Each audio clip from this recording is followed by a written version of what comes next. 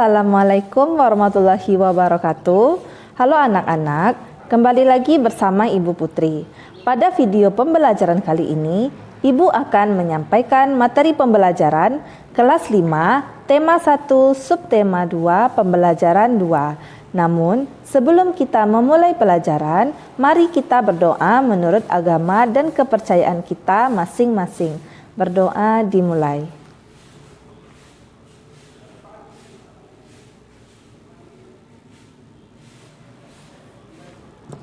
Berdoa selesai. Baiklah anak-anak, sebelum Ibu menyampaikan materi pembelajaran, Ibu akan menyampaikan tujuan pembelajaran yang harus kamu capai pada hari ini. Tujuan pembelajaran yang pertama yaitu mampu memahami tulang sebagai salah satu organ gerak manusia secara benar. 2. Menyebutkan dan menunjukkan berbagai jenis tulang sebagai organ gerak pada manusia secara tepat. 3. Mengolah informasi dari bacaan dan menentukan ide pokok dari paragraf secara benar. 4. Membuat gambar cover atau sampul secara benar. Baiklah, kita masuki pembelajaran kita yang pertama. Ayo kita amati gambar berikut. Amatilah gambar berikut. Kemudian, jawablah pertanyaan-pertanyaan berikut. 1. Kegiatan yang nampak pada gambar di atas adalah, tentu saja kegiatan yang nampak pada gambar di atas adalah bermain bola kaki. 2. Kegiatan di atas termasuk permainan yang menggunakan, tepat sekali. Kegiatan di atas termasuk permainan yang menggunakan kaki. Tempat yang aman untuk melakukan kegiatan tersebut adalah, ya, tentu saja jika kita ingin bermain bola kaki, kita harus bermain di tanah yang lapang atau di halaman yang luas. 4. Apa saja yang harus dilakukan sebelum melakukan kegiatan tersebut? Ya, benar sekali. Seperti yang anak-anak lakukan dalam melakukan kegiatan olahraga, sebelumnya kita harus melakukan pemanasan. Pada pembelajaran sebelumnya, kita telah mengetahui bahwa burung terbang dengan sayap dan ikan berenang dengan siripnya. Hewan dan manusia dapat bergerak karena adanya alat gerak. Alat gerak dibagi menjadi dua, yaitu alat gerak pasif berupa tulang dan alat gerak aktif berupa otot. Tulang penyusun rangka adalah tempat melekatnya otot. Tanpa otot, tulang-tulang tidak bisa bergerak. Oleh karena itu, rangka disebut alat gerak pasif, sedangkan otot disebut alat gerak aktif. Perhatikan gambar rangka berikut ini. Dapatkah kamu bayangkan apa yang akan terjadi jika kita tidak memiliki rangka? Tentu saja, tubuh kita tidak dapat berdiri tegap dan akan lemas tanpa daya. Rangka sangat besar gunanya bagi manusia. Kegunaan rangka antara lain yaitu 1. Melindungi organ-organ tubuh yang lunak. 2. Tempat melekatnya otot-otot tubuh. 3. Menegakkan dan memberi bentuk tubuh. 4. Membantu bergerak. 5. Tempat pembuatan sel darah merah. Perhatikan gambar berikut. Pasangkan antara gambar dengan keterangan menggunakan garis. Tulang pada lengan manusia. Tulang lengan atas. Tulang hasta, tulang pengumpil, tulang pergelangan tangan, dan tulang telapak tangan. Tulang pada kaki manusia, tulang paha, tulang kering, tulang betis, tulang tempurung lutut, tulang pergelangan kaki, tulang telapak kaki, dan tulang jari kaki. Alhamdulillah, kita harus bersyukur karena kita diberi tubuh yang sempurna sehingga kita bisa beraktivitas seperti menulis, berjalan, berlari, dan berolahraga. Sekarang, mari kita bersama-sama membaca teks yang berjudul Penyandang Cacat yang Sukses. Penyandang cacat yang sukses. Sidik lahir dengan kondisi yang memprihatinkan. Dia tak memiliki kedua kaki, mulai dari pangkal paha. Boleh dibilang, tubuhnya hanya separuh. Sebelum menggunakan kursi roda, dia mengayunkan dua tangan guna menyeret tubuhnya untuk berjalan. Meski tubuhnya tak sempurna, sejak kecil Sidik tidak pernah mau merepotkan orang lain. Ia selalu berusaha melakukan semua aktivitasnya sendiri. Dia juga tidak mau dipapah atau digendong.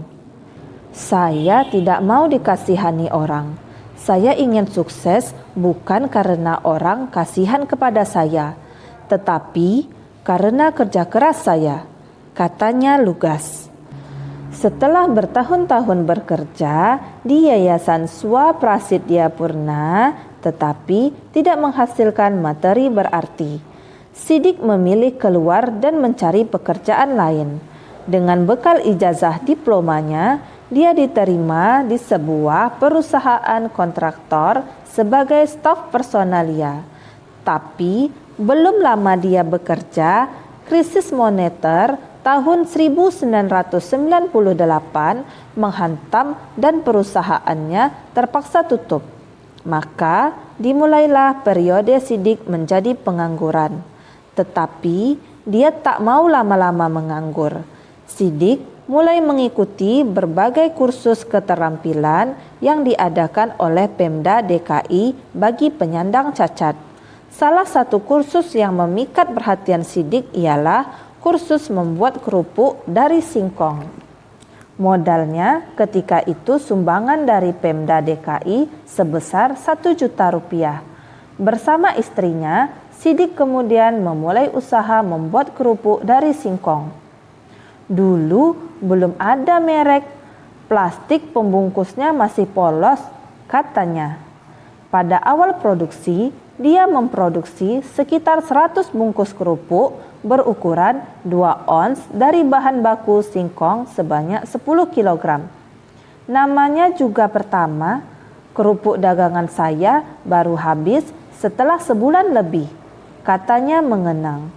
Namun kini, dari hanya mengolah 10 kg singkong, Sidik mengolah sedikitnya 50 hingga 100 kg singkong setiap bulannya. Dia juga memiliki merek lengkap dengan cap di pembungkus produknya.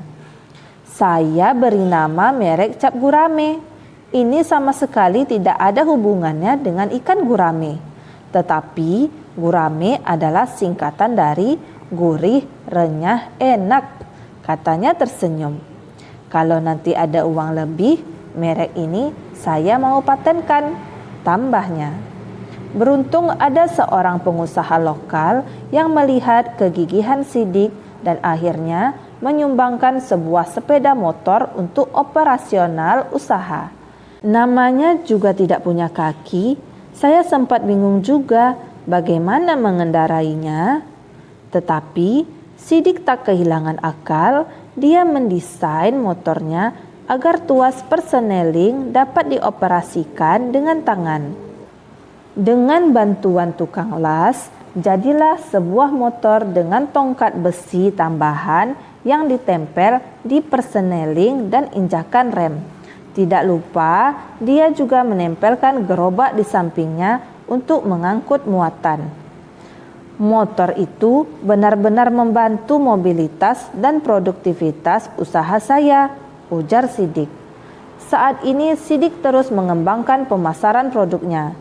Setiap hari dia masih berkeliling ke koperasi-koperasi atau warung di seluruh pelosok ibu kota.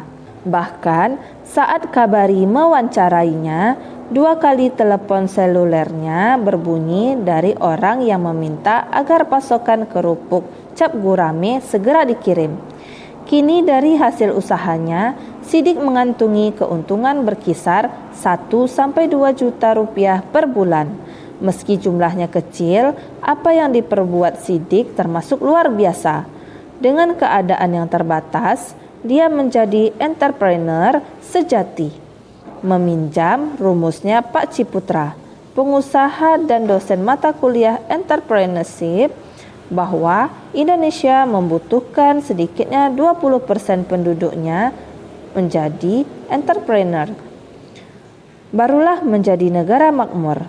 Maka Sidik telah memulainya bertahun-tahun lalu. Jelaslah Indonesia membutuhkan orang-orang gigih seperti Sidik. Bagaimana anak-anak? Menarik sekali kan cerita tadi? Dalam cerita tadi membuktikan bahwa dalam keterbatasan Sidik yang tak patah semangat dalam mencapai kesuksesan. Anak-anak semua, jangan lupa ya, kita harus tetap semangat walau dalam kondisi apapun. Anak-anak, setelah kamu membaca teks penyandang cacat yang sukses, dari teks tersebut ibu memiliki tugas yang harus kamu selesaikan. Bukalah buku tema 1 halaman 71, berdasarkan bacaan di atas, temukan ide-ide pokok pada masing-masing paragraf. Tuliskan jawabanmu di buku tulismu. Bagaimana anak-anak? Menarik sekali bukan aktivitas membaca itu? Apalagi jika kita membaca sebuah buku. Sebuah buku dapat kita prediksi isinya dengan cara melihat cover atau sampul buku. Apa itu cover buku? Cover atau sampul buku merupakan cerminan dari keseluruhan isi buku. Cover atau sampul merupakan bagian terluar dari buku yang terdiri atas dua sisi, yaitu bagian depan dan bagian belakang. Coba kamu perhatikan contoh cover berikut. Pada contoh cover berikut terdiri dari halaman depan dan halaman belakang buku pelajaran kelas 4. Sekarang giliranmu untuk membuat gambar pada cover atau sampul buku. Kamu dapat membuatnya berdasarkan isi bacaan yang berjudul Penyandang Cacat yang Sukses. Buatlah gambar tersebut pada buku tulismu sesuai dengan kemampuanmu dalam memahami teks penyandang cacat yang sukses. Demikianlah materi yang dapat Ibu sampaikan pada hari ini. Semoga apa yang telah Ibu sampaikan pada hari ini dapat bermanfaat untuk dirimu dan menambah ilmu pengetahuanmu. Jika dalam Ibu menyampaikan materi, ada tutur kata Ibu yang kurang berkenan, Ibu mohon maaf. Akhir kata, wassalamualaikum warahmatullahi wabarakatuh.